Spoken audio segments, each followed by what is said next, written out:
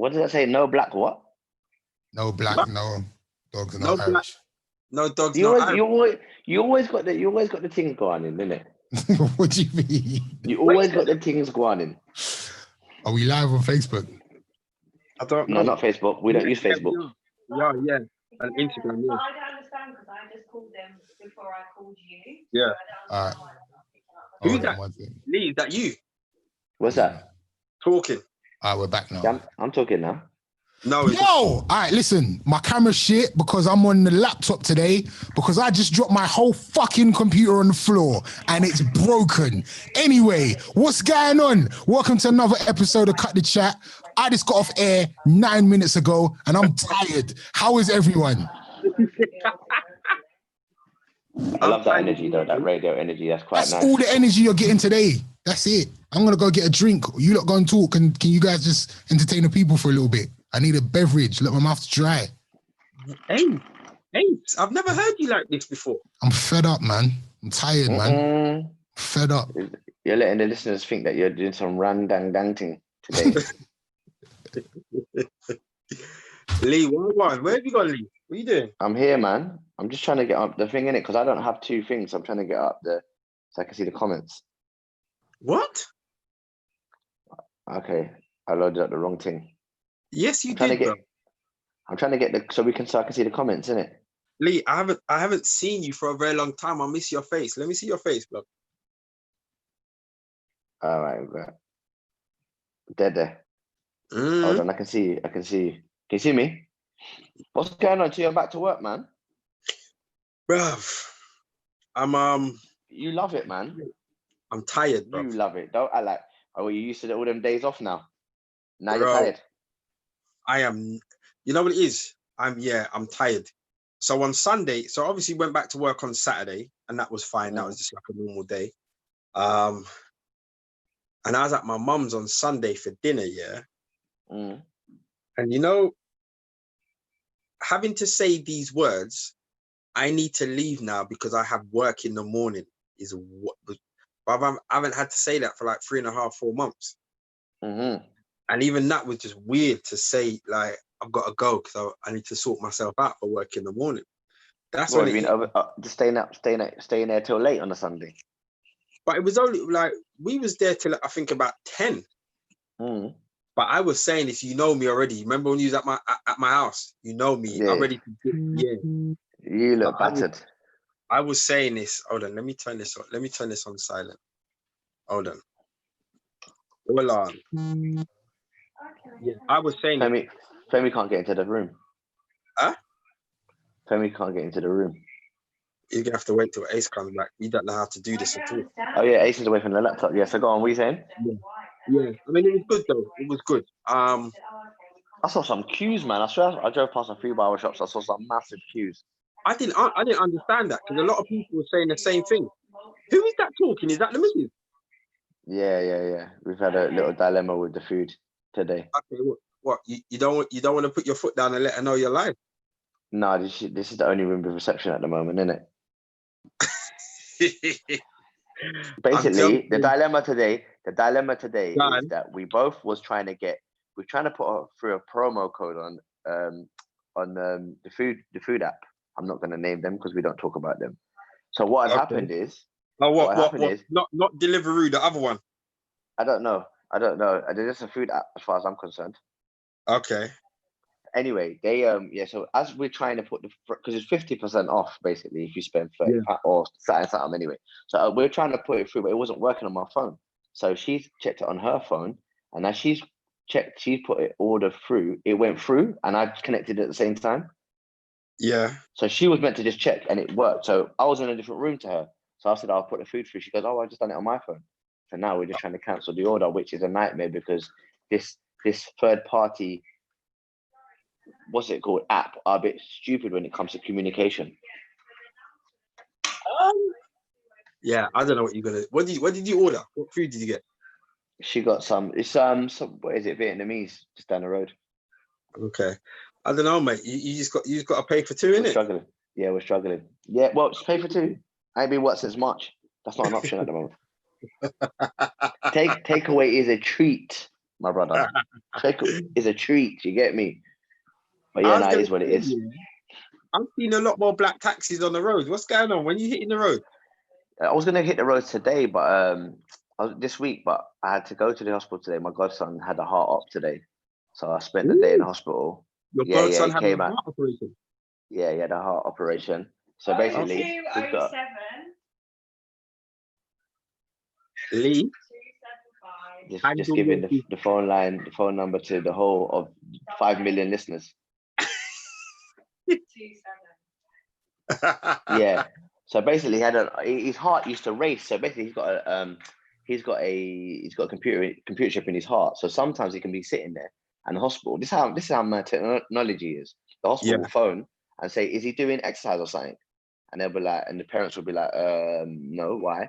Because his heartbeat's going up. Like they can Yeah. monitor it going up and down. Do you get what I'm saying? And he plays a lot of Wow. sports, so it's like an overactive heart. So Oh, basically, but it's my man's son, right? You don't need to say his name. yeah. Yeah, I see him. He rolled past me, I think, on Saturday, I think. Okay, cool. Yeah, Okay. so him, okay. yeah. So literally, yeah, we had to he had the heart up today in it, so I went down to support the family in it. Obviously, it's a as much as you don't want to talk about it, it's a life threatening. You get what I'm saying? Procedure, anything to do with the heart, you never know what could happen. Do you know what I mean? So they literally had sorry. to go in and take it out. Go on. You know they're writing out your phone number in the chat. Oh, yeah, that your phone number's gone live. People are plugged. Oh, that the restaurant's number. Oh, it's fine. It's fine. That's the restaurant's number. That's the restaurant's number. Yeah. All right, let's get serious. Yeah. So I mean, so what kind of op was it? What exactly were they doing? So basically, they had to go in through the groin today, yeah, and basically cut open the heart. Then they had to kind of what did they say? What's the procedure? They had to basically make it react. So because when he was younger, because his heart, because it was only a small heart, it was hard for them to get it racing, for them to operate. Because the only way they're going to be able to work out what's wrong with it is by, you get what I'm saying, charging it. So today, they charged it, they worked out what the problem is, and they fixed it, which is with like 2 hours, which is mad. But obviously, if anyone knows, going to hospital at the moment, it's a mad thing because you can't go in there. You have to, even if you go in there, you have to take a corona test a couple of days before. Wait for the answer. Literally, there was a lot of hanging about outside. Which obviously I went to a children's hospital in it, so I went Great Ormond Street. There was loads of kids coming in and out, man. It's mad to watch that hospital. You know that. Like, it's quite like, you get what I'm saying. Like, it hurts. It hurts to watch how many kids go in and out of that hospital. But yeah. So literally, yeah. And then we waited for him to come out of the anesthetic, and he woke up. And obviously they gave him the green light to go home in it, but they want to keep him. They said he can go home, but they can keep him overnight. But telling the kid to stay overnight, it's not happening, in it. So he's dying to come home and play Fortnite and computer, and he knows it's gonna be live for him for the next couple of weeks. You know what I'm saying? He's getting that treatment. You know what I mean? So what's the situation in regards to his recovery? Can he just go back to being active, or has he got to be cool for like a couple of days? So basically, he's got to chill for 2 weeks, so he's not allowed contact with obviously the outside world at the moment because obviously the whole corona thing. So he's got to isolate for 2 weeks. Prior to that, and then obviously, when he feels ready, when he feels stronger, he just comes straight back and goes into the mix. So I don't think it's going to be long, but obviously now they don't have to worry. And do you know what I mean? Even like when he stays here the night, like the amount of medication he gets, it's mad. He gets a proper boot bag full of medication. Plus, you got to take the injections. He does the injections by himself. But even watching a kid take injections, you're like, rah, bro. How old is he now? What is he? What is 10. he? He's 10. He's 10 now. Do you know what I mean? So obviously they have to take all their medication. He's still got asthma.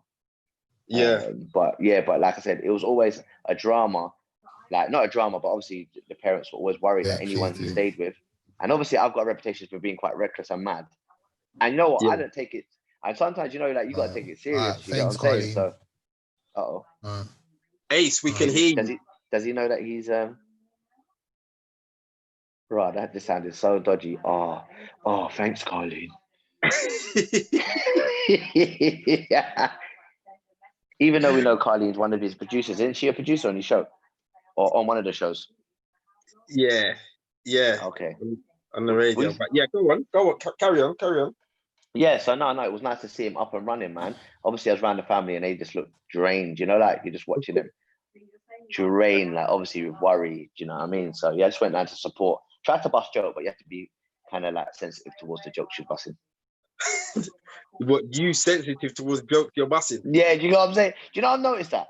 I've been in so many situations now where I just can't even bust jokes no more. I feel bad busting jokes. I feel like things I used to say, like say 5 years ago, I can't say them no more, man. I'm running low, man. I'm running low. Don't worry. We'll get you back Because of the whole movement. Did Carlene sort you out, Ace? Yeah, we were just having our debrief about the to show that we just seen. Get swore 20 seconds before we came off air. He dropped a whole F-bomb. Hardcore. Wait, what was he doing? Explain what he was doing, because we don't sorry. So basically, the One Extra Talk show that me and Shawnee did, that we actually did a debrief. We did like a month after, which is today. It's been a month. And it was just about the progress that's happened in like... I did hear that advertised, yeah. Yeah, in corporates, like all the stuff that has happened as a result, not as a result of that show, but just in the month, because we've seen loads of different organizations come out and say, we're going to try and do diversity, we're going to give money to this and da-da-da. We're just talking about what's happened since. Yeah. And we had Gets on as a guest in the last half hour to talk about Stop and Search, because we was talking about the athlete that got pulled over. You guys saw that video? Yeah. And then Gets just started going into one, and then he was just dropped an F-bomb right at the end. So what does that mean? Like, the fucking house. I was like, what? Gets is usually so professional. It was mad. I'm so shocked. I'm still in shock. But there you go. If you guys want to go check out that show, myself and Reese Parkinson, we just did that. I'm sure it'll be available later on. But I'm drained today now. I'm really tired. But anyway. Fem, what's going on, Fem? I'm there, man. Good? I'm doing up tweets, doing up Instagram on the Cut the Chat page, trying to get people to join us. I'm good, man. I'm good. I'm like, never been happier, lads. Never been happier. Why? What's going on? No, not even when your kids were born. You know, I was only there when one of my child was born. One of my children. Me too. I only made one of them. So was I. I was there when only one of mine was born as well. Only got one, cuz. Femi, can I get you in trouble? Me? Yeah, go on. Happiest day of your life, your wedding day, or when your first son was born? When my first son was born. Really? Yeah. No, you can't say that, man. Mine was my wedding day. I'm keeping it real because you can't say that, man. Listen, I cried, yeah. Tears of joy, fear. Prang in it. I've never had that sensation in my life. Where I'm happy, but sad, but scared, but like those tears, yeah, were the realest tears I've ever shed in my whole life. Mad. I just felt them coming down my face. Because in that moment, I grew in love for my wife, my mum, like everything. Like my whole life just flashed before my eyes. I was thinking, look what I put my mum through. Now my son's gonna put me through this. Like, so much. I respected my mum so much in that moment when my son was born. I remember I was like the first person to see him. I was thinking, this is a real human being and I'm responsible for them. I'm not even a responsible person. Like obviously the wedding, you plan it, you organize it, you imagine it in your head. So when it happens, you sort of like, if everything goes to plan, it's sort of like, it's not as shocking. Like having a child is shocking. A whole human being that you're responsible for. Imagine a whole, no, but honestly though, what I thought was like a whole me, like a different version of a whole me. And I'm responsible. Man said a whole him, not even half of him, a whole of him. That, and I thought I'm responsible for that. And I just started crying. I don't know why the image of you crying makes me laugh. It's funny, isn't it? It's because you can't imagine it. I can't even imagine you crying. I'll be honest, man. I've never cried real tears like that in my life. Like that actual but also it's like complicated tears. It wasn't like, you know, when you cry, you're sad, someone's passed, you sad, you cry. Yeah. It's a mix of emotion. You see those tears? They were complicated tears. Right. Nothing like it. Yeah, I hear you. Man, Is So it definitely, I think that was one of the most impactful days in my life. Is it bad that I didn't cry when my daughter was born? Why Why did you did have an you cry? appointment? I didn't. I didn't. Why She you come weren't- out. You She weren't come out on a surprised? screw face thing. She come out on a screw face thing. I was like, put her back. Actually, weren't interested in that. Can I get a next one, please? And next what? Yeah, you A understand what I'm refund. saying? Can I get a refund? Send me a next one. Man said, I don't want this one. You're on the next one, brethren. I didn't. What? Okay, so let's throw this question to you, Ace. Throw the same question to you. So like, when my daughter was, I wasn't in the room when my daughter was born. Right. I don't remember what there was complications, and her mother of my children, her aunt was a midwife, and so she went in the room, and I was like, look, she went and kind of helped sort out what was going on. But I remember like when I went in, I was emotional. I don't think I cried. I think I had more fear than anything else. The fear was there. I was emotional when my son was born. But my son was, if anybody doesn't know, my son was born at 27 weeks. He was 12 weeks early. And he came out, he was 1 pound, 3 ounces. Like he was, and I was like right there when they took him out. We had to take him out early. And just seeing like the tiniest of babies and just like this little thing that got me, boy. I'm getting emotional thinking about it. So that was emotional for me. And then, yeah, that was even in that whole period of having to go and see him at the hospital every day and just watching him grow and seeing machines and man, the NHS, like, I don't care, man. It's an amazing thing, boy. What they do and how they look after people. It's when crazy. They get it right. When they get it right. Definitely. 100%. Absolutely. 1,000,000%. Yeah, definitely. Definitely. Go on. I know when you're gonna cry though. Who, me? Why? When? Yeah, you're gonna bawl on your wedding day. I just know it. I know it. Like Uncle's gonna be there crying, man. I know Damon is gonna cry. I know it. I wanted to based on Cut the Chat experience, yeah, Damon is the most likely to cry out of all of us. 100%. What? 100%. Anything. Do you know what the worst thing is? Wait, no, okay, easy with that there. Yeah. Easy. Look, do you know what the worst thing is? Ace, I don't actually disagree with you. But Femi, slow down with that comment about anything. About anything. Now, Lee's emotional as well. Lee's emotional as well. But Lee's emotional as well. To be fair, what's funny? Man. The fact he's back. I was gonna say he's, man dipped out as we're talking about this kind of stuff here. Emotional drunk. Yeah, you're an emotional drunk, 100%. No, you're annoying. You're annoying when you're drunk. But listen, don't try and divert that man called you a crybaby on the chat. Own that thing, man. Own it, man. Own it. There's nothing wrong with it, man. I reckon Damon's the most emotional one out of all of us. You think so? Yeah. It's nice to see, man. Girls love that, man. Look at them in the comments. Oh, bless him. You're a fool. You're a fool. Anyway, forget all of this. Let's move on. Let's talk about some tuggy stuff.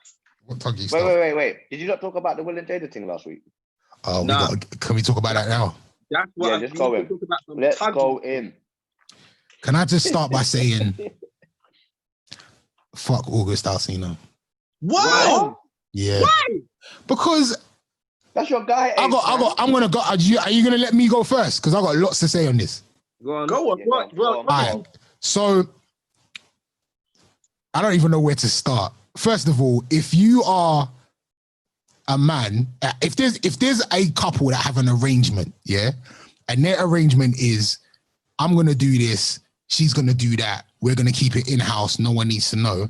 And if you as a man have come in on their arrangement and you've spoken to the husband and the husband says, yeah, easy, go through, that's you in it, like, just respect our thing, yeah, and don't put it out there. How dare you, after I being agree. dumped, sit down and expose it to the world? How dare you? I agree. How absolute dare you? Like, we've brought you into our house, into our thing that we don't want no one to know about, and we've had an arrangement, and you think that you can go and sit down in an interview and tell people what's going on in my yard? Are you okay? Don't you feel Are you okay? No. And also, we as the community, we need heroes. We need our heroes. Like, our heroes have fucked up. Bill Cosby, gone. R. Kelly, gone. We need Will and Jada. We need to look at Will and Jada and say, black love. Yes, we had all of these whispers about open marriage, but no one actually knew. We looked at them and we said, yes, black love, red table talks. Now, this dickhead wants to sit in front of a camera and talk about what's going on in the Smith family household. Pussy. Bro, I don't like let's be honest. I don't appreciate it. Let's be honest though. Looking at him in that interview, the perm was all done, was all fluffy. He had rainbow hair. The man's got problems, bro. Man's got problems. I don't rate it. No, but do you know what? I'll be honest with you. I understand. I personally think I understand what Will and Jada were doing. Yeah. But to play devil's advocate, I think also that, hold on. Okay. I was reading messages at the same time. I also think that maybe she manipulated him at a time he was vulnerable. Nah. No, you don't think so? He's a grown man. You're a grown man, bro. You're a grown man. Wait. So the fact that he's a grown man means that you can't suffer from mental illness? Nah, you're a grown man. There's definitely mental illness there, man. Let me tell you what it is. I'm going to tell you right now. Listen, let me tell you why I'm not going to accept that as maybe that did happen. Maybe that did happen. Let's just say that it did happen. Okay. At the end of the day, fam, you got an album that dropped this week. That's all it comes down to. Do you think that he would have? You got an album that come out this week. You wanted clout, and you want to tell the world that you beat Jada Pinkett Smith. That's all it comes down to, bruv. That's it. And I don't rate it. Yeah. I don't rate it. I'm sorry. For real. When someone else put that to me, and I was thinking, I didn't get carried away. Have you heard the argument, Ace? That what? Whatever's in the dark will come out in the light. No, but it's not in the. It's in our that's not dark. What is dark though? Okay, let's forget the mental health side of it. Yeah, let's just say that Jada wanted a young thing and Will Smith said cool. That's not dark. That's their family thing. That's their family. That's what they do. That's not the dark. Amen. They didn't lie to no one. They're doing stuff in their own house, their own personal private house. They asked Jada Wagwan, and she said, "Nah, it's all lies." That's what because that's my personal thing. I don't want the world to know that I like. Well, then say I'm not answering the question. She come out and said, "No, then that would confirm it. Fact. Also, can we also say allegedly? We don't actually know that he's actually beaten. You know what? Should I be real? Yeah, I heard it's all true, and because someone told me about it even time ago. Because I was randomly sat down with them. Yeah, a good couple of years ago, right? Yeah, and I was sat down with them, and they've gone to me. I've gone to them. You know what? Because they look after this other American R&B artist. So I've gone to them. Oh, what happened to August Alsina? And he goes, listen, he fell in love with Jada Pinkett Smith. He moved in with them, fell in love with her, and then she broke up with him. And he had mental health problems. He had a mental health breakdown afterwards. And like from that, he kind of fell off. Let's have it right though, yeah. If you're gonna release an album, this is the best time to do it. This is the best time to drop the thing on the thing and tell them yes. I don't rate it, man. You get that traffic going your way, bro. He needed hype. Let me tell you something. Yeah, if I slept with Jada Pinkett Smith, and someone said, "Did you sleep with Jada Pinkett Smith?" I would say no. I've never even seen Set It Off. I don't even know what you're talking about. I don't know who Jada Pinkett Smith is. I don't know what you're talking about. That's how you're supposed to move. That's how he's supposed to move. Know what you're trying to sell on the album, Ace. No, that's how you're supposed to move. That is how he's supposed to move. No. Do you know what somebody said to me the other day? Yeah, not the other day, years ago. Yeah, we was having a conversation about women and women going crazy and all of that kind of stuff, and you know, like. Everyone's heard a story of a mad woman, of a crazy woman doing antics, setting man's car on fire, scratching up man's car, this and that, yeah. And you know what this woman said in the barbershop? She goes, every woman that's gone crazy is because of a man. A man has done something, yeah, that sent that woman crazy. But we're happy to sit here and be like, yeah, that woman's crazy, that woman's off too. Yeah. Now the roles have been reversed. Yeah. Now the roles have been reversed. At the end of the day, Jada, Will, and August, yes, you're all adults. Yeah. But people fall differently for people. Nah, Yeah. I don't rate it. Bruv, Jada should have taken time and helped my man work out the thing and whatever else. She's He not was his mum. vulnerable. He was Listen. clearly vulnerable. He was clearly vulnerable, and she didn't give him the aftercare service Nah. that Yes. he needed. She gave him the amazing wamps, 100%. But the thing is, yeah, listen, Oh, listen. Aftercare. Hey, Oh, let's take Hey. a moment. Let's take a moment. Amazing. hey, you see, when you've had the best whoops of your life, Yeah. the girl stroked your head alive. Yeah, She stroked your we've garlic. been there. We've all been there, 100%. Wait. Not only did he get that, she kicked knowledge with him afterwards. She told him stories 100%. about Puck. Are you mad? This is what 100%. I need. Bro. Listen, he If I moved wasn't in in a with happy them. relationship. He lived with I the would have been family. on They something said like that. they were saying he was Imagine their that. other son. They were saying he was their other child. He Right, came you in the see yard that with thing there? Jaden. That's grooming. They groomed Right. him. There. Ace, Jada's wrong for that. No. Jada's a big woman. Let me tell you something. Let me just quickly say something, yeah? We know man that have had side chicks, yeah? Let's be honest. We know man that have had side chicks, and the side chick will never fess up to what she's doing with the man. She'll go and wait. She'll go and chill with the girlfriend. She'll go like hang out with the girlfriend. No one will ever know that the man and the girl and the side chick are doing whatever, yeah? Well, Jada did it the correct way. Her husband was in on it. Her husband knew. Man sat down with her husband and said, look, this is what, They did it the correct way. Like, Let's be right though, Ace. What? Any husband that gives his woman that permission, that means he has a couple of things lined up himself. yeah, of course he does. If you're gonna say that to your girl, you say, hey, yeah, no, go, yeah, that's you. I can kind of see you with him still. I just don't think there was anything dark going on. Like, I don't agree. I don't agree with that lifestyle. A man can never touch my woman, 100%. That's not my lifestyle. But I don't have. We're not Smiths. You get me? That can never be me. But they did it the correct way, and I think it's unfair that if you've agreed to be in this situation, just because you've got dumped, you can then just expose it to the world. That don't sit right with me. But that happens every day. You're just vexed that it's Jada. That happens every day. Let me tell you something. There's both guys and girls walking around on road eating food out of rubbish bins. Yeah, because of mental health after the breakup of a relationship. Bruv, this is real talk. My thing is about side chick etiquette. My thing's about. Let me tell you something right now. Yeah, and also one thing's about side chick etiquette, and also it's about protecting our legends. If Barack Obama has hoes, I'm not saying he does, and I'm saying he doesn't. If Barack Obama has hoes, I don't want to know. I don't want to know. We as the public do not deserve to know that, because he's a great man and he's done great things. I want him to be the legend that he is. So if Will Smith has a side thing and Jada has a side thing, we don't deserve to know that. That's their business. Like, as long as Will Smith, do you know what's crazy is that they've been alluding to that for years, though, Ace. I'm not. You know, by bringing themselves to that red tabletop thing on Facebook, where Facebook was giving them a crazy pee, they invited us into their family, into their relationship, into the runnings of their family. Even my missus watched an interview with them before, and she said they were talking about their kind of open relationship, like suggesting that they're in a life partnership or whatever, not really in a romantic relationship. And my missus said when she was watching it, it didn't look like Will Smith was happy. She said it looked like he just went along with it because he sprung.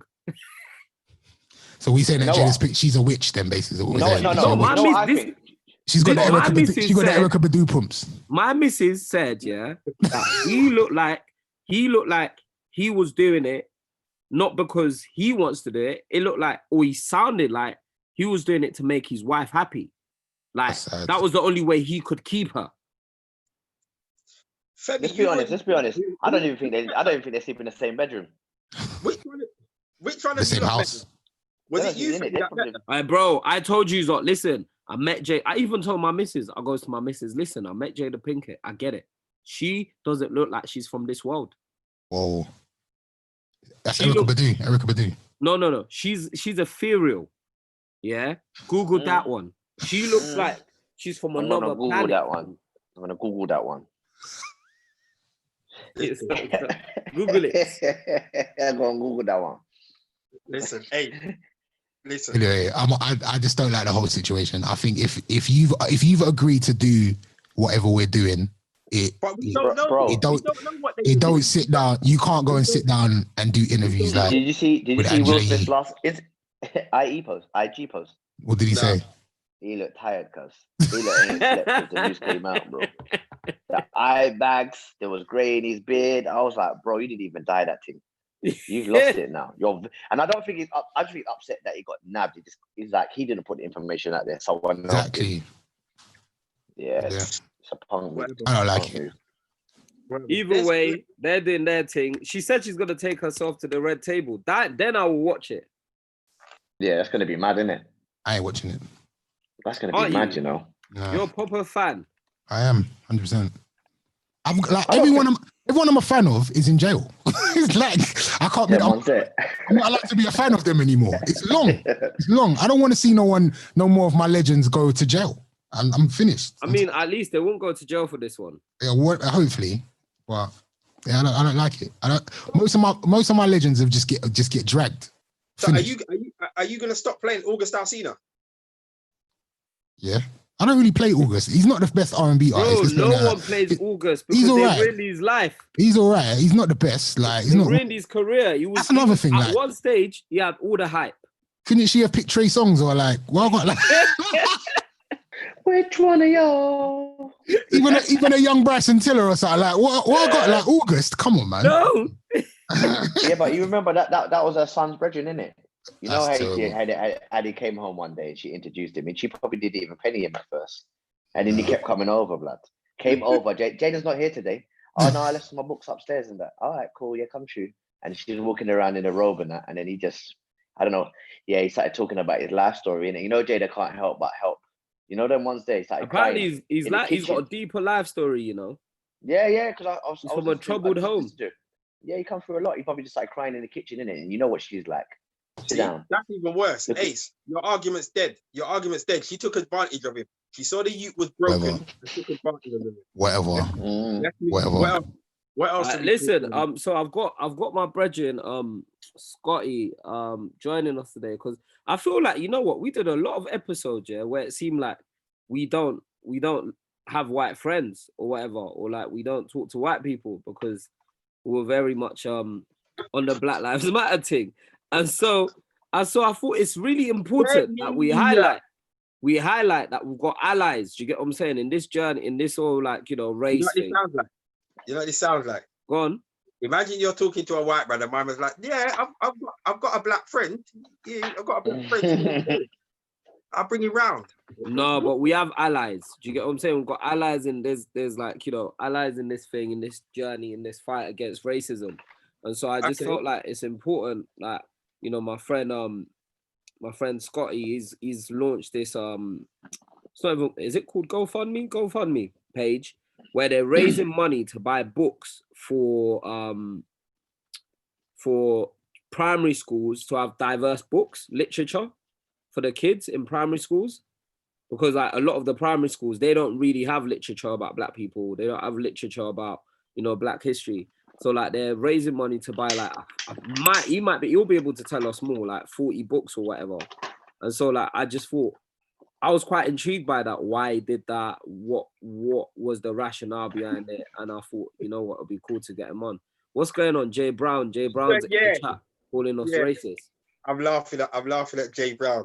Shut up, bro. Shut up. I've asked him to join us, Okay. and I'm Send him hoping a that link. Ace can add him. Wait, hold on.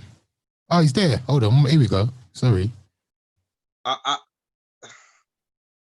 long have you known this guy for me? Scott, he was an IB for boy, doing up lifestyle with me. I've known him for a minute. He's like, you know my boy Alex? Yeah. Yeah. They grew up together. Okay. Scotty, why are you not on Trust it. video? Can we? Let me me test check it? that. Can we Sorry, see boss. you? Yeah, sorry, boys. There you go. There you Right. go. Our only white friend, along with Jay Brown. Him and Jay Brown. He And Beef gang. Scotty, how are you, bro? looks raised. He looks raised. Yeah, I'm Looks good. mixed race still, slyly. Lighting. It's the lighting. This brother can dance as well, you know. Yeah, I feel better. I'm a lot better since probably the last time I see you guys was in Ibiza when I lost half my teeth. So. Oh You yeah, guys what remember that? happened? Yeah, what happened? They're better now. No, tell them about Ibiza. That was funny day. What party was that? That was the one extra one. Yeah, they were there. They were there at that party, but they had some next VVIP ace pass. We just bought a table next to Roadman. Imagine this. Imagine our table, yeah. We spent money on this table, good money, legit money. On one side, we had all the old school Roadman from Watford or Luton. It was On Luton, the other yeah. side, we had Nines and all these boys from Housden. And they were saying to us, don't worry about to their brethren, don't worry about them. They're normal guys. They're normal guys. Oh gosh. Can you explain how you lost your teeth? What happened? So when we left, I probably had one too many, but when we left, we had to walk past the pool. And I don't know whose idea was it to have tiled steps on the pool. Ouch. But, so when we got to the top of the steps, I just hit the first one, slipped, span around, and bit one of the steps. Ow. So obviously I got up thinking, there's like 2,000 people in there. Someone must have seen me. This is embarrassing. Tried to cover my mouth. Someone said to me, "You okay?" I was like, "Yeah, I'm fine. And then they said, "Are you sure you're okay?" And I opened my mouth, and then I see some teeth on the floor and blood all over my damn Virgil Nike Air Max. Oh, Yeah, man. This brother's got a mad trainer collection as well. I was wearing my favorite trainers, and I've got blood all over them now. Oh man. So I'm more upset about that. So then, a trip to Turkey 6 months later, sorted it all out. One. Fix that up. So, Man's got the Gets teeth now.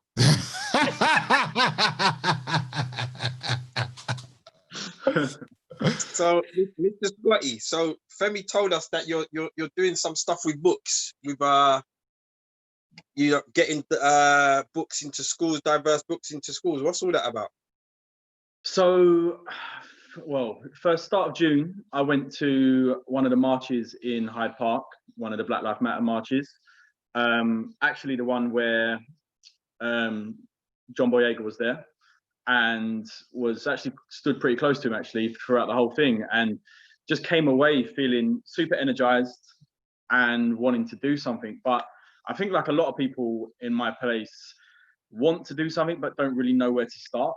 And so it just all kind of fell into place that same night. I don't know if you would have seen any of them, but there was posts going around throughout the last couple of months of books that people should be reading, or 30 books for kids that you should show your kids. And I had a look at one of them and sent one around online, and a primary school teacher of mine, friend of mine, just replied and said, "I'd love to have these books in my school, but chances are that the school's never going to have them." So I said to her, "Look, go in tomorrow."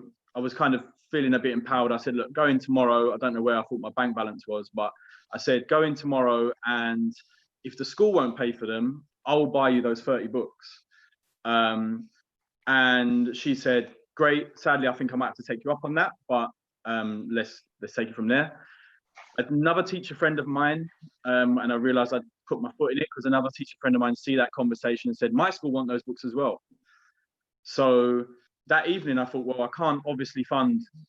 I think the bundle came to about 280 quid. So I thought this is going to get quite expensive here if all my teacher friends jump on. So just for that one evening, I set up a GoFundMe page to try and find £300 for the other school.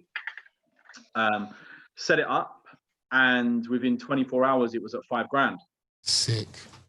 So I realized that I stumbled onto something, and everything started to kind of fall in line. And then because GoFundMe, I'm sure GoFundMe have got these algorithms where if you get a certain amount of hits on your site, they get in touch with you and ask you if you want any PR for free. And a bit like that Captain Tom guy, they would have got in touch with him and said, "Yeah, you need to do this, and we'll do a meeting with you here and a press release." And So that's what they did with me, and it ended up in the Daily Mail of all papers, but it actually did. And a few other places, and before I knew it, it was at 10 grand, and now today it's at 13.5. And so we've managed to find distributors who can get the books down from the full price down to half price. So it originally was meant to be 20 books for 250 quid. We can now do 40, because speaking to teachers, I feel like I've spoke to more head teachers in the last month than I knew even existed. But speaking to them, they've told me that 20 books really in a primary school aren't really going to touch the sides. That you're not going to notice them in the school. So we doubled it to 40 books, and for the same price. Currently, we're at about 65, 70 schools all over the UK. So we've got some in, majority started off in London, but they've started to trickle out. And then, most surprisingly of all, I got an email on my GoFundMe page from a guy called Ross Westland. Shout out to Ross, by the way, who is the creative director of Billionaire Boys Club, Pharrell's brand. And he just messaged me and said, he didn't tell me where he'd seen it, but he said, I've seen the GoFundMe. We want to do something. We're releasing a t-shirt tomorrow, just a basic Billionaire Boys Club t-shirt, but just all in black on black. And he said, we've already signed up with 2 other charities, and we want your GoFundMe page to be the third charity per se to be a part of it. And the other 2 were the Stephen Lawrence Trust, and Black Minds Matter. So to even be a part of those 2 groups was just mind blowing. And I got an email from them this week to let me know that it's all been put back a little bit because they've actually the amount of t-shirts they sold was far beyond what they thought they was going to sell. So we're having to wait for the t-shirts to come, but also we're obviously having to wait for the money. So at the moment, I've got no idea how much money may be coming from them. It might be 50 quid, it might be 500. I've got no idea, but I'm hoping to get closer to 15 grand, and then get these books into schools all around the country to start that conversation. Amazing. Mad. What would be the end goal for you? Or is it just something that you're going to keep doing until every school's got them? You know what? It's like, I guess I always, whenever I get asked that question, I always think back to that Tupac line about, I think he says it on Changes, where he says about, I'm not going to be the person to change the world, but I guarantee I'm going to be that person who sparks someone in order to make that change. Mm-hmm. And I think like that's what this has always been about. It's not, I know that 15 grand doesn't cover, it covers 50 or 60 primary schools. There are 16,000 primary schools in England. So I think it was 3 million to cover all of the primary schools. When it was going up a little bit quickly, I started to work that figure out, stupidly. Mm-hmm. But I worked out what that figure was, and I know I'm not ever going to be able to help all the schools. So the whole point of this is to try and get in as many schools around the country, but then allow the ripple effect to start. So what I found with this is, and Femi will know this, teachers, they talk to each other from different schools all over the country. They may have been training with them, and then they've all gone into different directions all over the country. And if the books work in the schools that I've given them to, then they will tell their teacher friends, look, if you guys are struggling with this topic, here's a bunch of books that you guys need to get. They worked amazingly for us. And then I'm trying to force the schools who I'm being told have got the budgets, but just aren't prioritizing properly. And that's, for me, the biggest issue, because most of the feedback I've got from the primary schools and the head teachers are that they've actually got the money to buy these books. They just don't know which ones to buy, which might be a bit of a cop-out, but they're just not putting their funds in the right places. Chris, so have you come up against any schools that actually don't want the books? I haven't come up against any schools. I had a little bit of hate from people who were anonymously emailing me, just kind of a little bit of a backlash. I've also had some people go quiet on me a little bit. This is funny, when you do these things. You start to see who your real friends are. I guess it's a case of cutting the grass, right? Yeah, Definitely.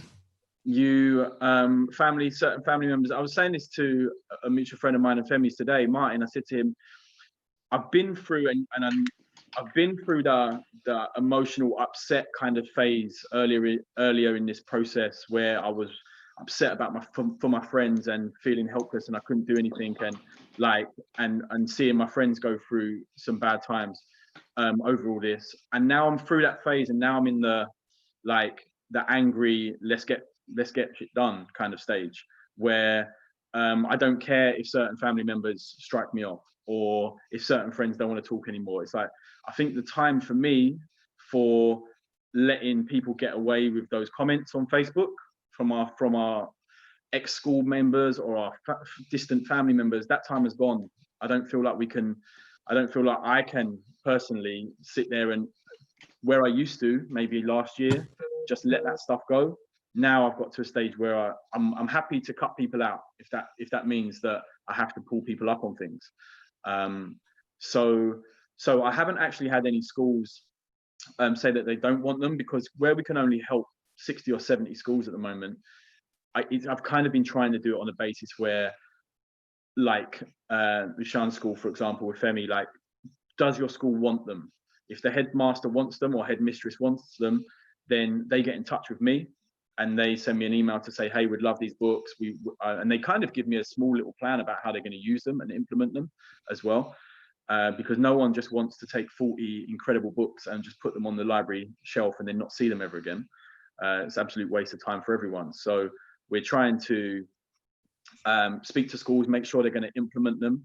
And the people who are actually finding the books for us and getting them at a right price are also lesson planners as well.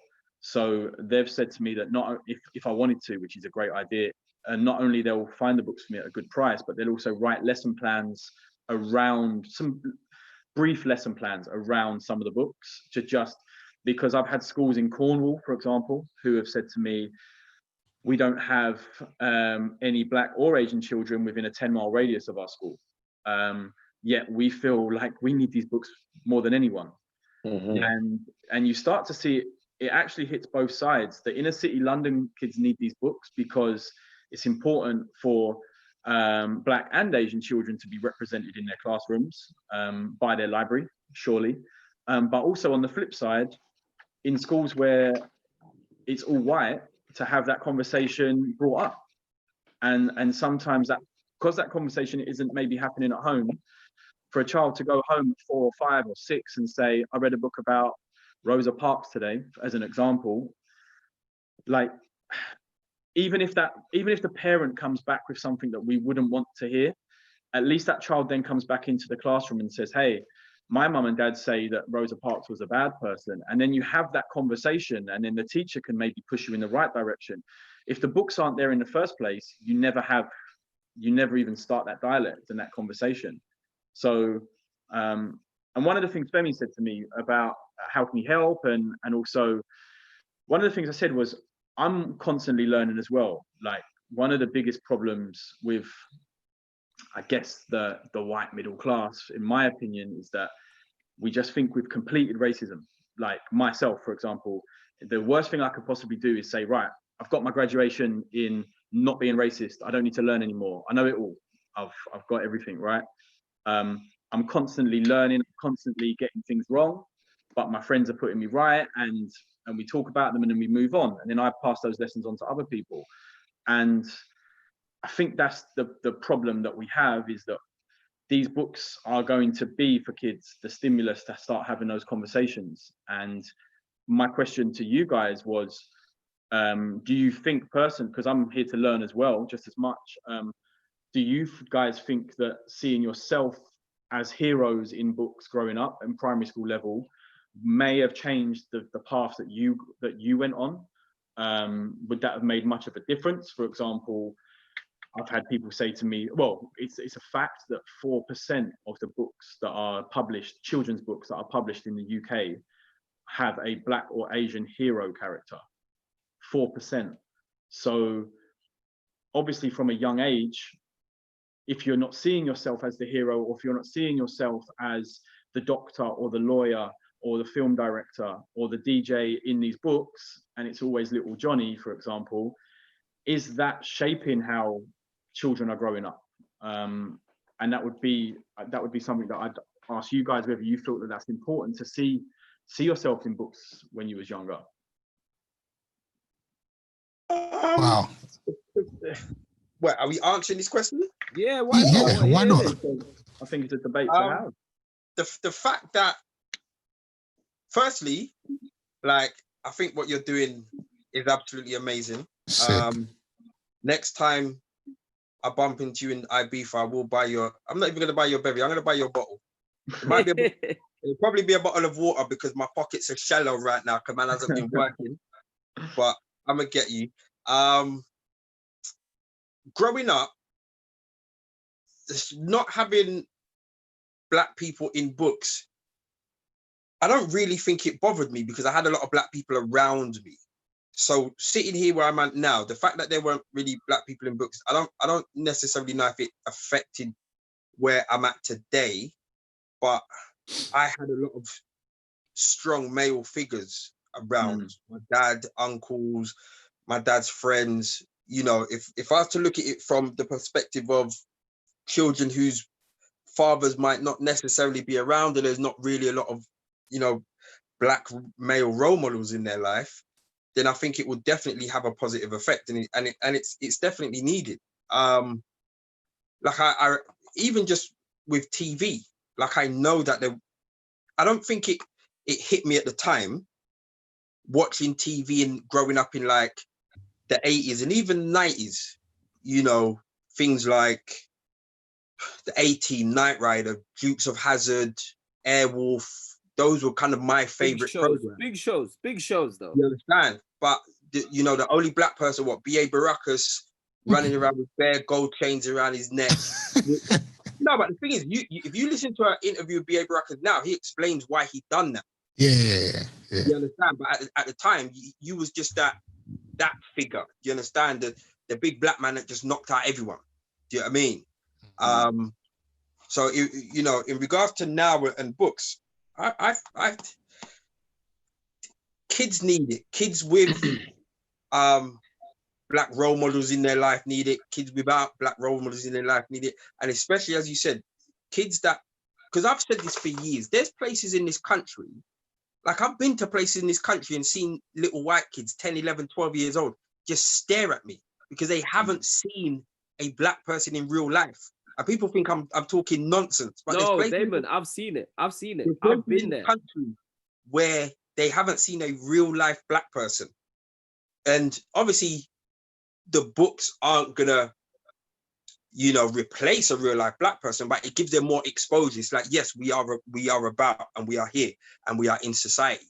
And as you said, you know, when you're talking about, you know, just any book about children playing, yes, there has to be Asian and Black children in there. There has to be. There has to be. Absolutely. Yeah, it's a great thing. It's a great thing. No, I think definitely, like, for me, it's just like representation in literature is so important. And obviously, even for my children, like the type of literature we try to expose them to, like I've always tried to buy them literature that's got Black people in it and that's got Black narratives and all these. And I just feel like schools need to implement it a little bit more. Sometimes, you know, I go to my kids' school, it's a diverse school, but it's like a predominantly white middle class teacher base. So these kids are constantly seeing non-Black people in positions of power. So they spend like, you know, a large chunk of their life. So they can't relate to them in that way. And at the same time, you know, in the work that they consume or that they're forced to consume, the literature is not diverse enough. So I feel like actually schools need to take more action in diversifying the literature that they work from.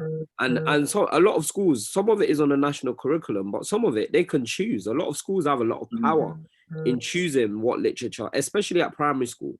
Because the kids have to take books home like every few days or every week or whatever. Because my kids bring one pre-COVID, were bringing books home like every few days or every like week. So you always had literature coming home, and a lot of that doesn't feature Black characters. So I think it's really important that children are exposed to, you know, Black people in diverse positions in life. It's funny because I've had a majority of the kickback has been from people who want to just maintain the status quo. So like my point to a few people has been, well, the books that I read when I was growing up, whether they were Roald Dahl books, for example, I try and challenge someone to name me a Black character from a Roald Dahl book across any of them. I couldn't think of one. I'm sure someone may find one somewhere, but I couldn't think of one. That makes sense though. It makes sense. Ain't no Black youths running around with a big friendly giant, rude boy. Listen, there's a Roald Dahl book here where it's his autobiography, because my son's got a collection, and he was being racist in the book. I was so shocked. What did he say? I can't remember, but I was reading it to my kids one time, like as a bedtime story. And there's a book where he's writing about being young and being on a ship or something. I'll find out which one and I'll let you not know. And I stopped reading. I've never touched it since. I was like, what is? But it wasn't like, you know, like it was like racism of its time.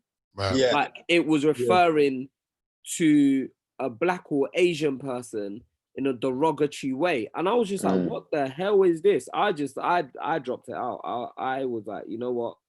I'm cool. But like, obviously, but these are like books that kids grow up reading. And so it's really, I mean, it's really important to have diversity in these, in literature.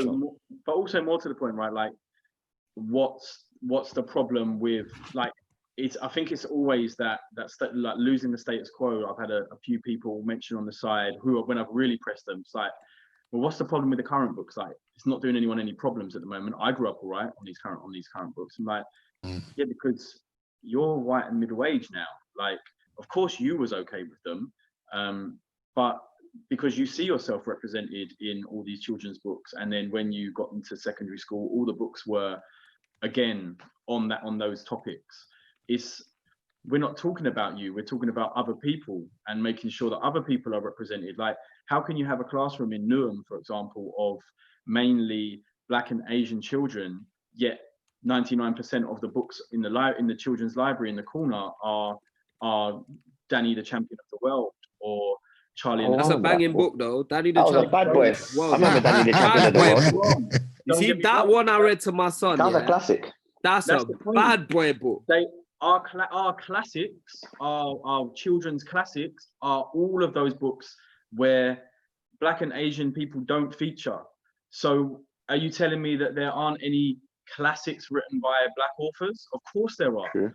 So maybe it's time to start implementing some of them, and instead of making you read 4 Roald Dahl books when you're a kid, maybe 2 or 3, and let's slip something else in there to try and broaden the story and just not tell everything from one person's narrative. And I think David Walliams now from Little Britain, at least said about him the better, and some of his behavior, but in the past, but his books now are the new Roald Dahl books of primary school children these days. And again, there's no representation at all in those books. And he is being touted, and I see a lot of backlash about him on Twitter, but he is being touted as kind of the next Roald Dahl kind of set of books for kids for the next generation. And it's scary because, again, it's a whole other generation just missed of really talented Black writers who, and I've just seen, I asked for what Femi, I'm going to get Sharnin and Alex as well, and a couple of others, but I've been sent a long list of 90 books, and we are having to shorten them down to 40, obviously, which is a really difficult task because I feel like I want to purchase them all for every school. But there are books in there from all over the world telling different stories and incredible authors. And I'm, as a grown adult, didn't understand or didn't know 90% of these authors, maybe even 95%.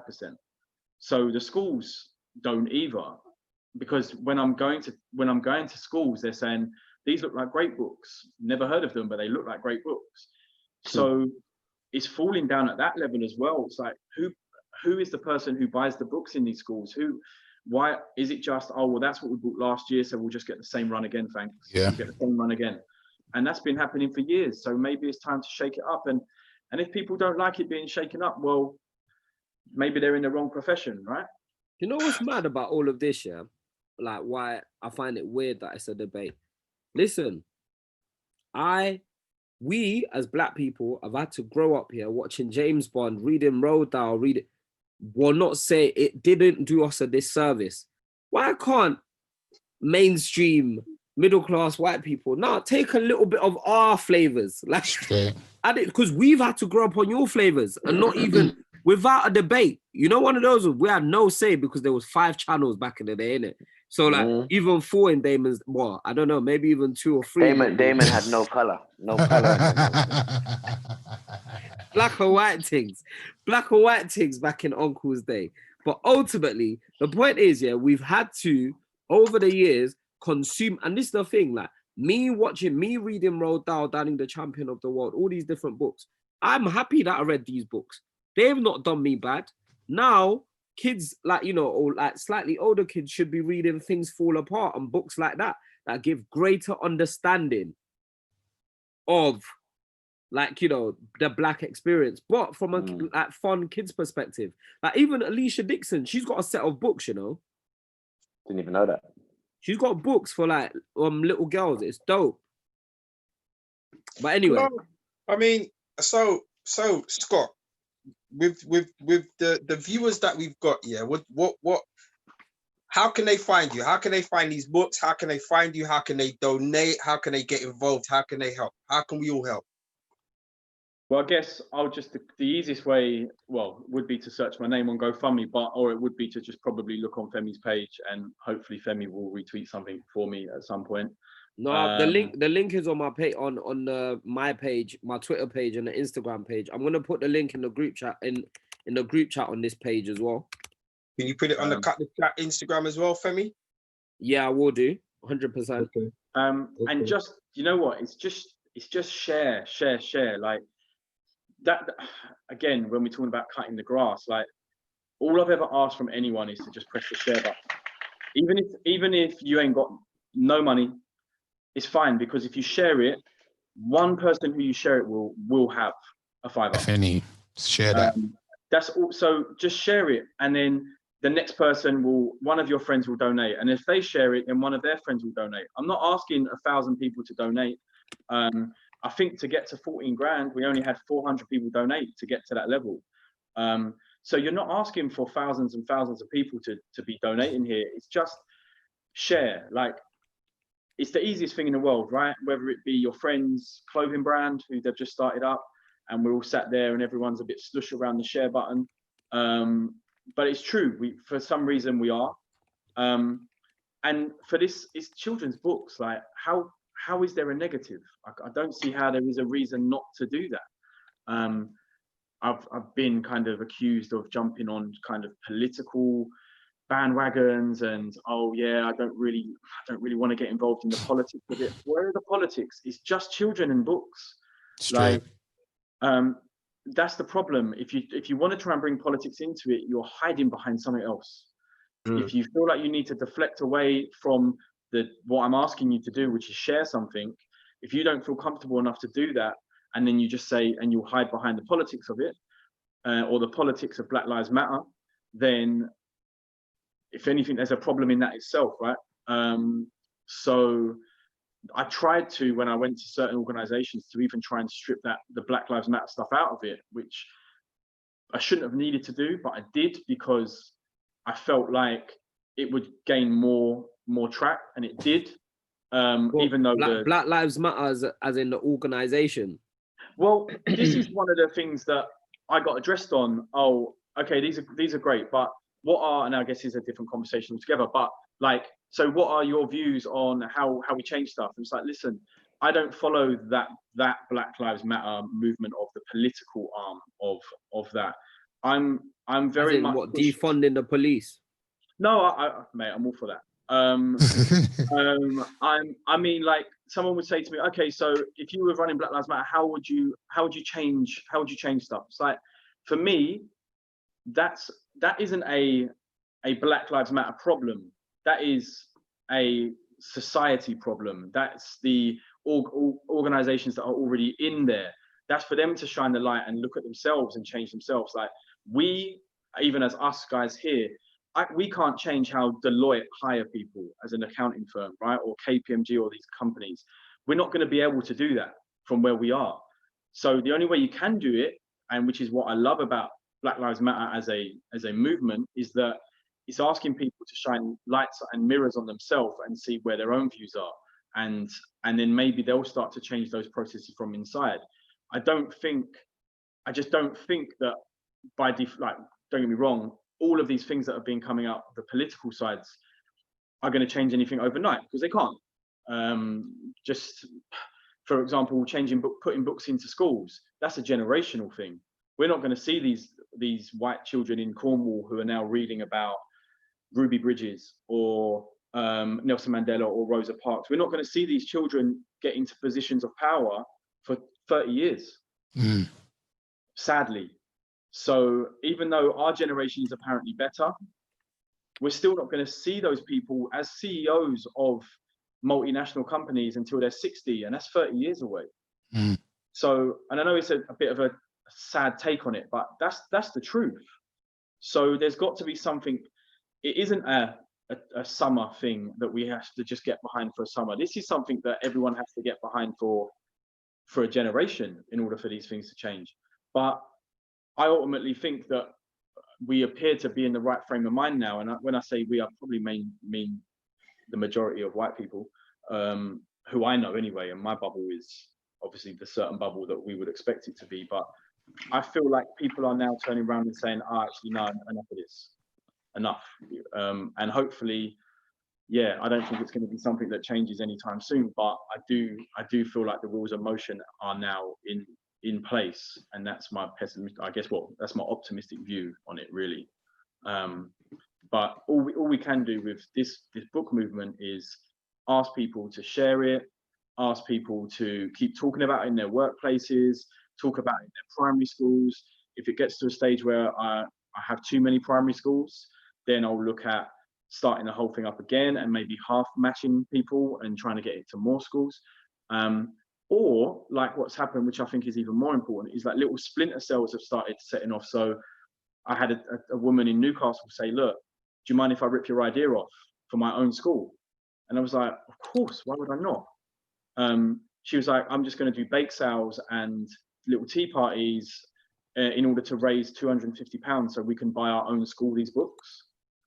That's the important part of this. I want to kind of step away from it and no one remember that I even tried to do this, because it's got so far along that people are doing it themselves.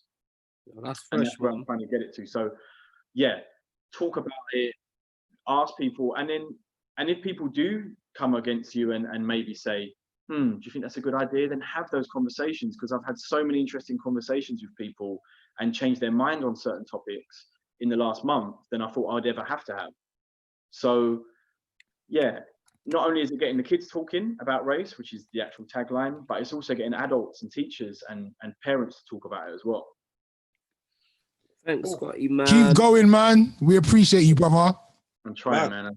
I'm sorry if I beat it. Nah, man.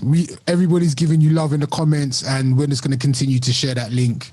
And I'm pretty sure everybody else will as well, man. Thank you so much for what you're doing. Wow. It's my pleasure, bro. Thanks, boys. I've got a relationship corner before you lot decide to dip out. You've not had one in a minute. I've had a couple, but Ace just keeps on locking us off early. This is a bit of a mad one. So this is weird, yeah. So on Sunday, I'm driving back from north to south, yeah, and I'm going down this road, and I kid you not. Can I say this, Ace? Can I talk about why I rang you and told you who to ring? Yeah. So I'm driving down the road, and I could have sworn I've seen 80's daughter walking down the road, holding hands with a guy. Yeah. She wouldn't dare. What's wrong with that? She wouldn't dare. At 15. I've rang him quickly, yeah, and I'm like, yo, where's your daughter? He's like, at home white. I said, listen, ring her now and make sure, ring it. Anyway, turns out she was fine. Well, not, it wasn't her that I saw. Cool.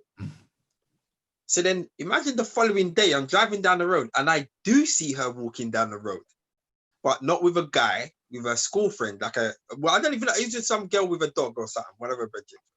So I videoed her in it and I've shouted at her through the car. She's like, oh, hi, uncle, whatever.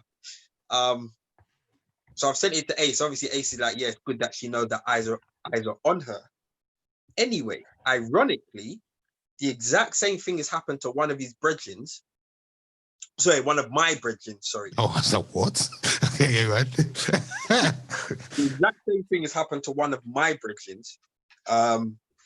He got a phone call from one of his friends saying, yeah, I just saw your daughter walking down the road and she lips a guy. Now, when I say guy, I'm not talking about grown man, but whatever. And he's like, no, my daughter's not old enough to be kissing anyone, blah, blah, blah, blah. How old is she? Exactly the same age. Nah. She wouldn't dare. How old? 15. Now, she's I 15. was lipsing at 14 though. You were doing a lot. You was doing a hell of a lot. I was lipsing at 12. Swear down, you was lipsing at 12. I think so. 12? Yeah, kiss chase. I was lipsing. I was doing the whole Nah, thing. that's not lipsing though. Well, I don't know lipsing. I put my tongue in my mouth. You could have got germs. At 12? You could have got germs. You're nasty, man. Mm-hmm. Anyway, what's the question? Thanks, Lee. The dad's not on it. Well, they stuck it on the daughter. The daughter's like, yeah, how old is he? The guy's 16. She's 15. The first issue was the boy's 16 years old, something. And even when I spoke to my brother, it's like 16 could be the difference of a matter of months. Could be even a matter of days. Do you know what I mean? Mm-hmm. So that to me isn't necessary. They could still be in the same school year at 15 and 16. Absolutely. But the dad is like, he's not on it. He's just, nah, what does my daughter know about kissing, let alone walking this way, blah, blah, blah. The mum is kind of cool. The mum's like, well, it happens, this and that, we need to be liberal. He's not having it. It's causing arguments in the household with him and his missus and him and the daughter. What does the law say about that? The law say about what? About a 16-year-old kissing a 15-year-old. I think it might be illegal, you know. It's legal or illegal? Illegal, which is weird. Yeah, Because actually, you've just said something about it because they could be in the same year in school. Yeah, they could be in the same, but legally it's illegal. it must be illegal. Yeah. Technically, it's illegal. Yeah, By the time that gets to court, he's going to probably be 16 anyway. So no, but he is So, 16. This is the he's point. 16. The point She was saying it is illegal. So it's illegal to lip someone. No, to lips anyone, like that's basically She's a minor. She's a Any minor. 16-year-old to lips a 15-year-old. Yeah, She's a minor. She's a minor. Yeah. Even if it's in the same year. Yeah, boy, yeah, it's that's mad, isn't it? bizarre. That Now is bizarre. that's the thing. That's what the guy was. He was coming off with that angle as well, and that's when, to be fair, I said to him, "More look, 16 and 15 could be the difference. It could be the difference of hours, let alone days, weeks, and a couple months. Do you know what I mean?" I said to him, me personally, I said the 15, 16, from you're in the same mindset, from you're both in the same kind of mind frame together, that wouldn't really, really be an issue for me. I don't like it. Bro, you're never gonna like it. There's nothing you can do. I man. don't like it. If they're kissing, if I found out that my kids were kissing at that age, yeah, I'd have to. It'd just be a conversation, like a conversation on a level, though. Like, So what conversation? What are you saying to your daughter? Well, my daughter that flips in at 15. I just have a conversation about like where this can lead to, where it goes next, what it's all about. You have that kind of a real conversation that you're grown up now. Like, but at the end of the day, my thing is I want you to focus on that's not important yet. And you won't understand me until you get to, you know what I'm saying? You get to certain ages, but focus on yourself. You don't need to be. But at the same time, because I think if you try and hide it, I know girls that parents were strict, bro, and they were the worst. Cause they were the worst. They were the worst. They were the worst. You sound like you enjoyed it, Lee. Bro, I know one. I do. You know, it's funny though. Now let me not. Let's not Let do. me not. Let me not throw anyone under the bus, but I remember a certain girl and her dad was a bad man. Bad man. And when we were younger, no one wanted to even chat to her because of her pops. And she was worse. She was worse. All right. And her So dad Abe, would have taken your neck off. Abe, Yep. when it comes to that time, yeah. Mm. When it comes to that time, I think I know what your answer is, but obviously you've got two types of parents. You got the set of parents that are like, I would rather it happen under my house. Then you got the parents of like, no, it's never gonna happen. You know, a lot of people in the group are commenting that you suddenly started to rock on your chair.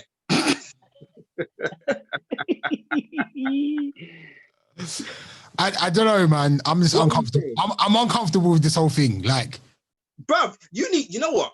mm, You've had this mind frame, this mindset for a good couple of years. You need to grow up and fix up. Your daughter's 15, bro. so I had to go through it. Your daughter, bruv. Listen. I'm gonna parent how I want to parent. Yeah. And But how Ace, is that? Ace, Are you gonna Yeah. box her down? No, I ain't gonna box her down. Are But you I gonna just, lock her in the house? you know what it is? All right. We're asking her two various different things. Like, is my daughter gonna be lipsing at 15? I hope not. No, wait. I hope not. If she Probably. does, I hope I don't find out. That's it. If I do find out, then we'll have words in it. Is she gonna be lipsing a 16-year-old? Nah. I'm sorry. No.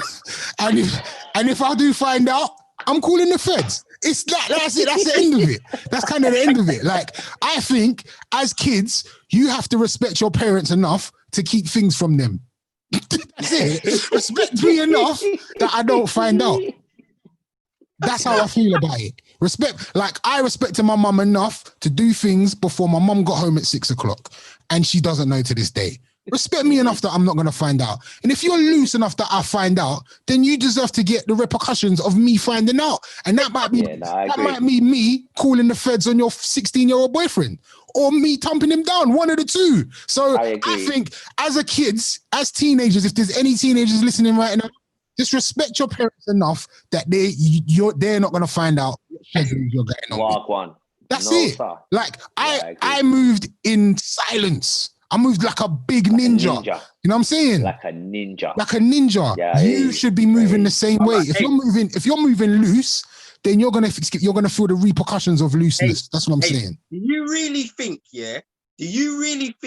that your mum had no idea with what you was doing? Yes. 100%. So what you doing? She didn't know. Had gal around the house, did you air freshen out the house? Was you burning candles? The thing is, my mum trusted me. I don't even want to throw my mum. My mum listens to this. I only just found out the other day. But mum, sorry for listening. But I had girls stay at my house. I did, like, on occasion. I'm not like at 16, but I was old enough for things to happen. What, over? They stayed over. Yeah, like, our mum, like, thingy missed the last bus, innit? She missed the last bus. Can she just, like, we're just gonna we'll just watch telly, innit? Like, mum be like, yeah, what, is it all right if her parents? Yeah, we cool, it's fine. All right, cool. And those things happen. Do you know what I'm saying? I have learned from that. And I just think if you respect your parents, you will respect them enough for them not to find out what you're going on with. So Ace, I'm sorry, yeah, with all due respect to your mum. No, don't, because my mum's listening. You will be banned from the house. You will be banned. When you were having those girls over, yeah, you thought your mum thought. Innit? Your mum knew, bro. Nothing was happening. Nah, mum didn't think. I don't think she did. You might want to hear a mad story, yeah. Go on. So one time, yeah.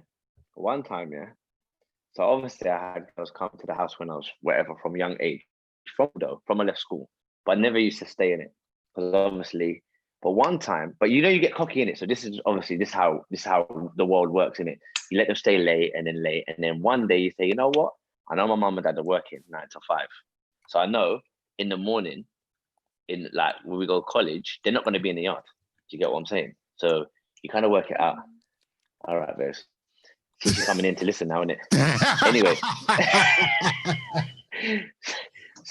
so obviously I knew come college time, like. See, I lost my trail of thought. I'm nervous. so here it goes. I lost. Where was I going with this story? Anyway, yeah. So Yeah, okay. basically, obviously, you push it. So what happened is one day a girl stayed over, and Oh, on the wait. Monday- she stayed up- Breaking news. My mum Go just on. texted me to say I did know. That's what we've been saying in the chat. She knew. She knew, boy. She knew. Oh whole man, this is Hey, pain. The whole Yeah. thing, Sunday dinner's gonna be awkward at money. innit? Anyway, Now, sorry, Lee, now- continue. So Continue. anyway, yeah. So one Sunday, anyway, I had a lady stay over, yeah. And I thought, you know what, routine in the morning. Monday's gonna wake up. No one's gonna be in the yard. I could walk around, I could fry a plant, and I could do my thing. Because you know, like I'm just thinking, there's no one in the yard, innit? It's Monday. I've woken up, yeah. It must have been about 10 o'clock, and I can hear movement in the yard, and I'm thinking, oh my god, what go on? So I've come out my room, gone downstairs into the kitchen. I'm like, Mum, how come you not at work today? Today I had a day off today, innit? My heart is beating, you know. I'm pacing up and down the kitchen. She said, "You're right." I'm like, yeah. Oh, okay. So you going out today? No, I'm not going nowhere. But she's been calm about this thing, you know. I'm thinking, right, how am I going to get this girl out the yard?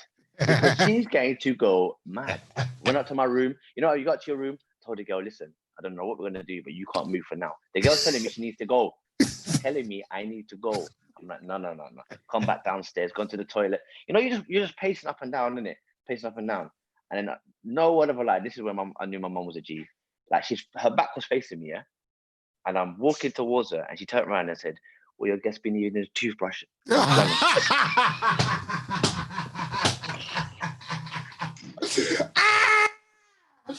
Oh. Bro, the That's worst thing sausage, is, yeah. how did she know? How did she even know there was someone in the room? I don't understand. She must have bust the door. They know. Listen, I'm gonna tell you something now, yeah. I'm gonna tell you something now. You see, when it's your yard, it doesn't matter how many times you tell that person walk quietly. Yeah, of course. They know how many footsteps that is. They know, bro. Even a different smell, of a different person, they know, bro. They absolutely know 100%. I got a story I wish I could tell about now I know my mum's listening. There's absolutely... Bro, she knew. Ace, you might as well tell it. She There's knew absolutely... She knows what happened anyway. She knows what No way happened. I'm telling this story. Hey, she knows what happened now, man. Nah, G. Nah, it's all right. It's too embarrassing. She probably knows. Sunday dinner will be super orcs. Stiff. But yeah, my mum says it's only because I'm a boy, which is bad. Because that I was allowed to get away with sheggery. Yeah, but you know what? African mums are lax when it comes to like boys. When it comes to boys, you know. Yeah. They let boys do anything, but you see their daughters, they can't even go out till they're 21. Do you know what it is? My mom sometimes, sorry, Damon. Go on. No, go on, your mom. My mom sometimes, now my sister's 25, almost 26, yeah.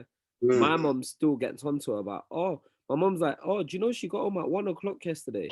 Like, I'm gonna back her. And I'm like, so she's like on it still. My sister's a big woman. Like, what are you talking about? What am I gonna tell her? What, you can't go out, you can't go raving? Like, that's hilarious. Listen, sorry, I agree with that. The thing is, yeah, you see, once a name gets put on you, bruv, you can't shake it, bruv. And the reality is, names don't get put on men like that. Yeah, I mean, but when they get put on girls, it's long. So, you know, we got to do everything we can to keep them names away from our daughters and nieces and younger sisters. It's like the difference between Gallus and Jezzy. It means the same thing. But Gallus is revered like, he's a Gallus. You know what I'm saying? But if you're called a Jezzy as a female, it's horrible. Yeah. It's horrid. It's mad. I've got a guy who is young, he's making money, he's living in East London, he's in that lifestyle, he's in that Brick Lane lifestyle, yeah. And bruv, like, he's linking girls and just they're just doing their thing the same night, and the girls like, yeah, he goes, he was with a girl on Saturday. She's dipped. She hasn't even called him or messaged him. And I'm like, oh, this is how girls are moving. Girls are moving like this. And, you know, times are changing, bro. Times are changing. I remember I said a little while ago, men like to think that it's only men that like to have sex.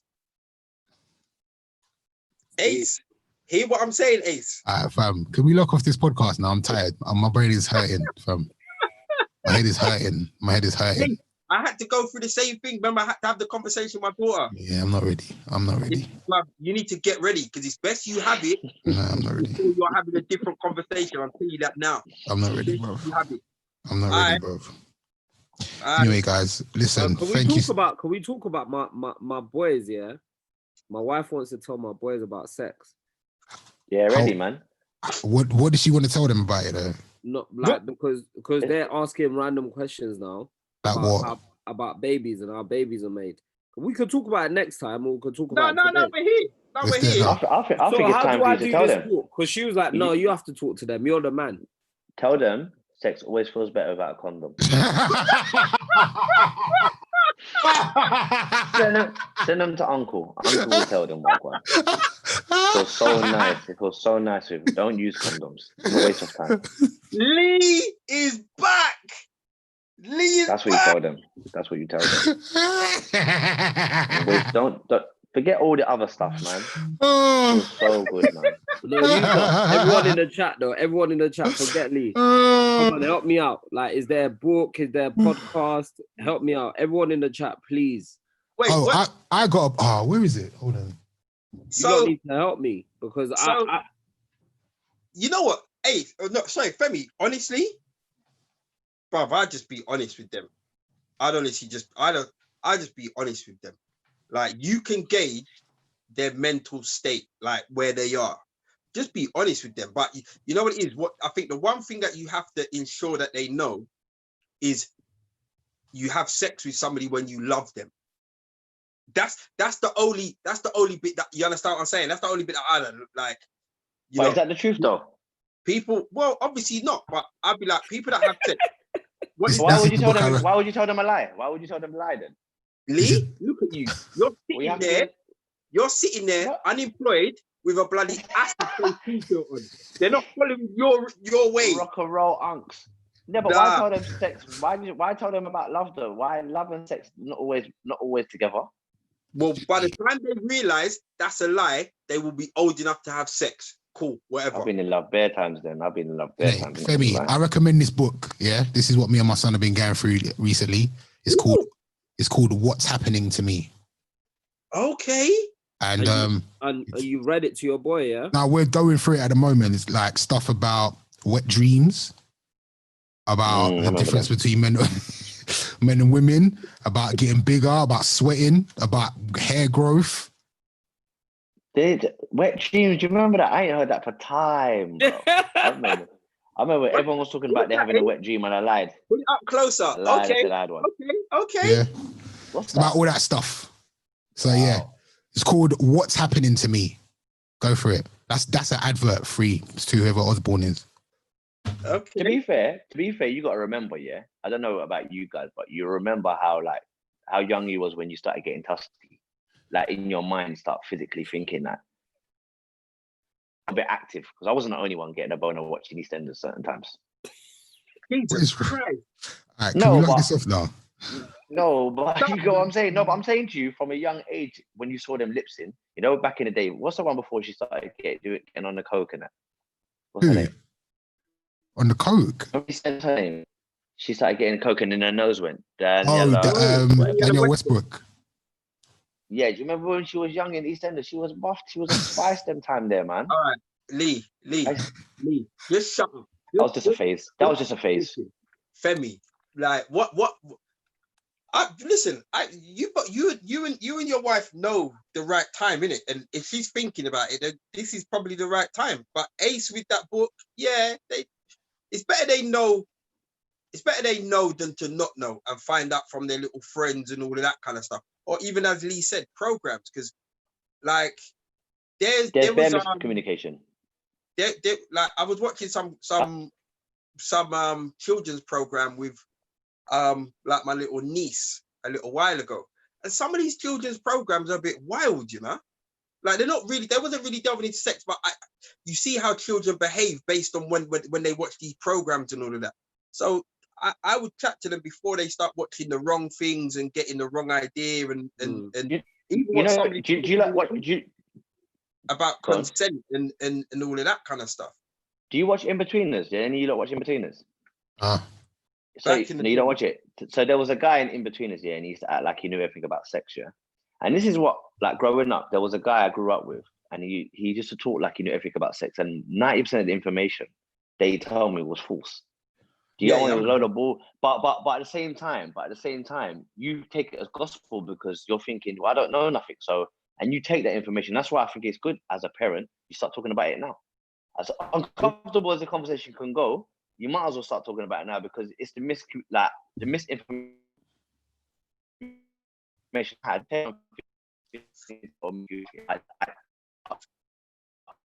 Leave. Is it my Wi-Fi or Lee's Wi-Fi? Leave. It's Lee's. In secondary school. Am I cutting out? Yeah. What did you get? What did you hear? Femi, what are you thinking? I'll be honest, like you know me already. You don't know me. I was just gonna tell them, listen, this is what really happens, isn't it? And then just leave it with them, and they do with it what they want. Yeah. I'll be honest, because I was telling when my missus was telling me like, oh, you need to have the chat with them, you're the man. I was thinking, do you know what? I'll just like everyone's saying, I was just gonna tell them, boom, yeah. You see your little thing in your trousers, yeah. That's this is what happens with it. This is because. You know what they've always had for ages, and they've not understood when they have an erection. Yeah, they're always confused by why they have it, and I've been seeing them from when they were little boys, or they're like, my thing's pointing again. It's pointing again. Is it? See me, I would never tell my parents that. You know, I always hide it. Like I wasn't allowed to tell them. But this is the thing. What like with them? Yeah, sometimes like they're like, oh. They're like, just come out of the shower and they're getting dressed. They're like, oh, look, daddy, my thing's pointing. And you can't really, like, so I've kind of obviously avoided it. So, like, Femi, you need to box it, fam. See, when they say it's pointing, get box it. So I just think I just need to be honest with them and stop running away. Yeah. And you know what? As you're saying that now, yeah. It's weird because I had the conversation with my daughter, but me and my daughter have always had a kind of a different dynamic in our relationship because obviously we're overseas and we a lot of the time we talk as brethrens and blah, blah, blah, blah, as you lot know on Cut the Chat. But my conversation with her was, are you thinking about it? Who's this, who's that, blah, blah, blah. But I didn't have to have that kind of conversation from the beginning and talk about, so I would even know. I'm sitting here now thinking, yeah, if me and Ash have a boy, like, I'm gonna have to have them conversations. Like I don't know, I wouldn't even, I'm gonna learn something from you and Ace. For me, I'm copying that book on Amazon now, the Ace book. Yes, man.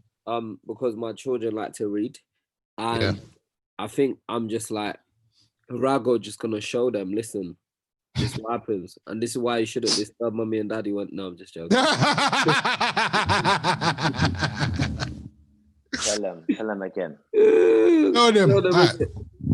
We've been on for an hour and 45 minutes today. Can we go now? What? Yeah. Hour and 45 minutes, yeah.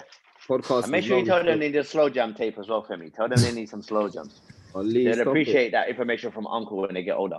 You know what? This podcast has been consistently about children. What, today? Yeah. Yeah, for sure. Ace, can you upload it, please? Yeah. Yeah, I can. Have you uploaded any of the others? No. Nope. Well, if they want to listen to it, they can listen to it on YouTube. Ace, not everybody knows that it's on YouTube. People still just think it's on Spotify. Allow it, man. You're not giving me more work to do, man. Bro, no one told you to go and get all professional and get busy. Since Father's Day. Oh, I did what?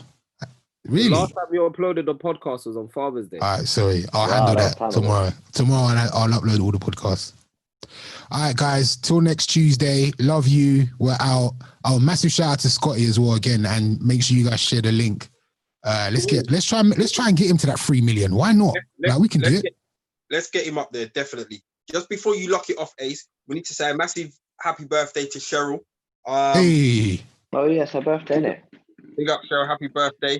Also, a massive shout out to Alan, who owns the restaurant Sundays. His book. Remember when we had him on a live podcast and he wasn't allowed to talk about the book coming out? yeah. Well, the book's out. The book came out today. Everyone, go on Amazon, the book. Just go into Amazon, type in the search engine Sunday book, and it will come up. It's about recipes from his restaurant, his amazing restaurant. His recipes bang. Femi, you've eaten there quite a bit. The Dope. restaurant bangs a lie. It's dope. It's dope. I'm gonna buy. Where is it again? Where is the restaurant or where is the book? The restaurant. Well, Barnsbury. the restaurant's closed Oh yeah, Barnsbury. right now, Oh, but they're okay. reopening soon. But yeah, just go online, get the book, support the cause. He supported us from day one. Yeah, good things. All right, you lot. Till next time. Rate, subscribe, comment. Till next Tuesday. We are out. On Peace. Sunday for dinner, Ace. I'm gonna be there. Later. Bye. Later.